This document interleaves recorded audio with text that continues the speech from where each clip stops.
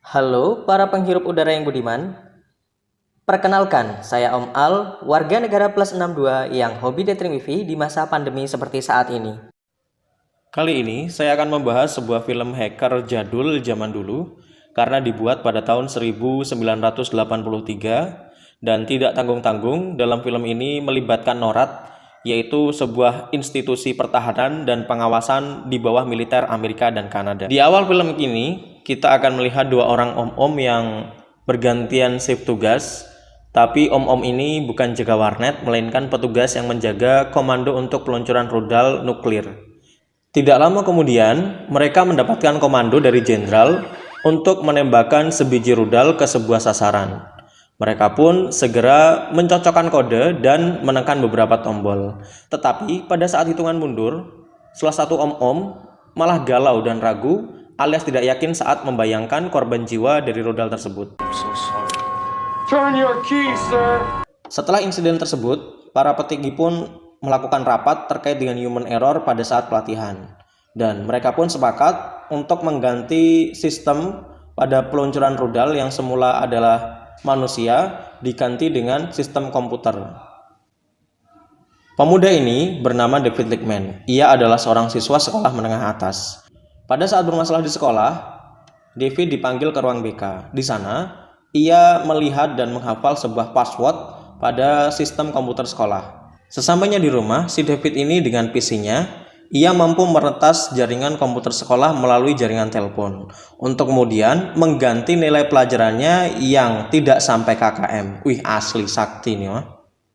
Ketika sedang browsing daftar nama game, ada satu nama game yang membuat si David ini penasaran. Nama game tersebut yaitu Global Thermonuclear War, yang ternyata game tersebut merupakan milik militer Amerika Serikat.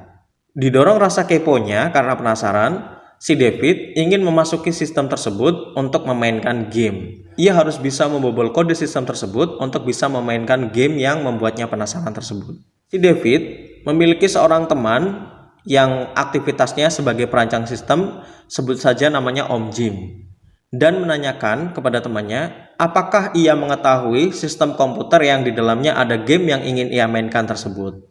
Si Om tersebut menyarankan kepada si David untuk mencari tahu tentang si pembuat sistem tersebut yang bernama Pak Falken yang dikabarkan sudah meninggal. Maka si David pun mencari tahu tentang si Pak Falken ini melalui buku-buku yang dibuat oleh Pak Falken. Setelah sekian kegagalan yang si David alami, ketika ia sedang bersama Jennifer, ya, ini teman kecilnya si David, ketika ia sedang membaca-baca berita tentang keluarga si Pak Falken ini, pembuat sistem, ia menemukan bahwasannya Pak Falken memiliki seorang anak laki-laki. Maka tercetuslah ide di pikiran si David, bisa jadi nama anak dari Pak Falken ini merupakan kode dari sistem tersebut. Dan ternyata benar saja kode dari sistem tersebut adalah nama anak dari Pak Falken, yaitu Joshua. Karena sudah diliputi rasa penasaran, tanpa basa-basi, tanpa pikir panjang, si David ketika sudah berhasil memasuki sistem, langsung saja bermain game tersebut. Dan perintah yang pertama adalah perintah untuk attack atau melakukan penyerangan ke negara Amerika Serikat. Dan benar saja, pangkalan NORAD seketika mengalami kepanikan karena ada pemberitahuan bahwasanya Uni Soviet akan melakukan penyerangan ke negara Amerika Serikat. Dan ketika seisi pangkalan sedang panik, si David justru sedang santai di depan komputer sambil minum teh gelas. Sungguh keisengan yang hakiki. David baru sadar bahwa tindakannya itu bikin heboh saat ada tayangan di televisi bahwa telah terjadi kegegeran atas rencana penyerangan Uni Soviet ke Amerika Serikat. Dan yang bikin David tambah pusing, ternyata game tersebut tidak bisa diakhiri begitu saja. Keesokan harinya, ketika si David ini baru selesai membeli pop ice dari Alfamart, ia dikejutkan dengan sekelompok FBI yang tiba-tiba menangkap si David dan membawanya ke pangkalan militer. Dan si David ini dituduh telah melakukan kegiatan mata-mata dan melakukan kerjasama dengan pihak asing. Ia kemudian ditahan di sebuah ruangan khusus, yang mana ruangan tersebut merupakan ruangan kesehatan dari pangkalan militer tersebut. Ia pun berhasil membobol dan lolos dengan menyelinap di rombongan tur sekolah yang berkunjung ke pangkalan tersebut. Kemudian, dengan bantuan sahabatnya, ia berhasil menemukan tempat tinggal Pak Falken di sebuah pulau, yang mana sebelumnya si David ini mendapat info dari komputer bahwasanya Pak Falken masih hidup di sebuah tempat. Awalnya, Pak Falken menolak untuk membantu si David untuk menangani masalah komputer yang error tersebut. Namun, kemudian Pak Falken pun mengikuti si David untuk kembali ke pangkalan militer untuk menangani kekacauan sistem tersebut.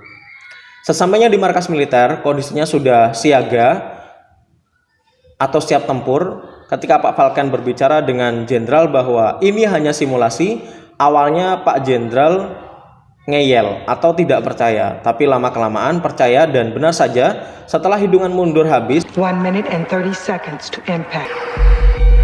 Tidak terjadi apa-apa. Saat mereka semua sedang bergembira karena tidak terjadinya pertempuran, tiba-tiba sistem komputer mengunci diri, tidak bisa login dan akan meluncurkan sebuah rudal secara otomatis. Maka kepanikan pun kembali melanda.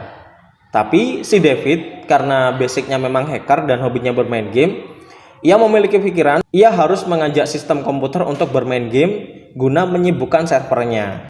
Maka ketika ia mencoba beberapa games, maka setelah melalui beberapa penlokan, akhirnya ada satu games yang diterima oleh server komputer untuk dimainkan.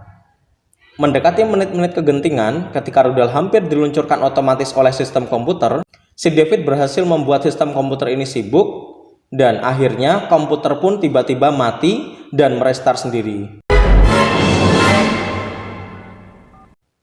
Dan kemudian keadaan pun kembali normal dan film pun selesai. Pesan dari film ini adalah belum tentu komputer itu lebih baik daripada manusia.